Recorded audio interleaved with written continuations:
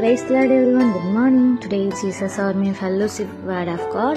ஏசாயா 60 அதிகாரம் 1 எழும்பி பிரகாசி, உன் மொழி வந்தது, கர்த்தருடைய மகிமை உன்மேல் உதித்தது. ஆமீன். கர்த்தருடைய பரிசுத்த நாமத்துக்கு மகிமை உண்டாவதாக. இந்த காலை வேளையில கூட இந்த சத்தத்தை கேட்டுக்கொண்டே இருக்கிற தேவனுடைய பிள்ளைகளை கர்த்தர் இந்த நாளில் உங்களை பார்த்து சொல்கிறார், எழும்பி பிரகாசி, உன் ஒளி வந்தது. இவ்வளோ நாளாக முடங்கி போய் வீட்டில் கிடந்தீங்களா? என்னால் எதுவுமே செய்ய முடியல, என்னால் எதுவுமே பண்ண முடியலை, அவ்வளோதான், என்னுடைய லைஃப் அவ்வளோதான், முடிஞ்சு போயிடுச்சு அப்படின்னு சொல்லி நீங்கள் சோர்ந்து போய் காணப்படுகிறீர்களா? கர்த்தர் இந்த நாள் உங்களோடு பேசுகிறார். எழும்பி பிரகாசி, உன் நேரம் வந்துருச்சு, உன் ஒளி உதித்தது அப்படின்னு ஆண்டவர் இந்த நாளிலும் சொல்லுகிறார்.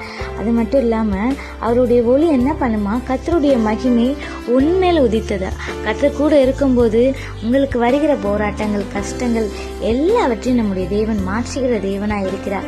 இந்த நாளில் கர்த்தரிடத்திலிருந்து கேட்டுக்கொண்டு அவருடைய மகிமையை பெற்றுக்கொள்ளுங்க. நீங்கள் செய்ய வேண்டிய காரியங்களில் கர்த்தர் உங்க கூட இருப்பார்.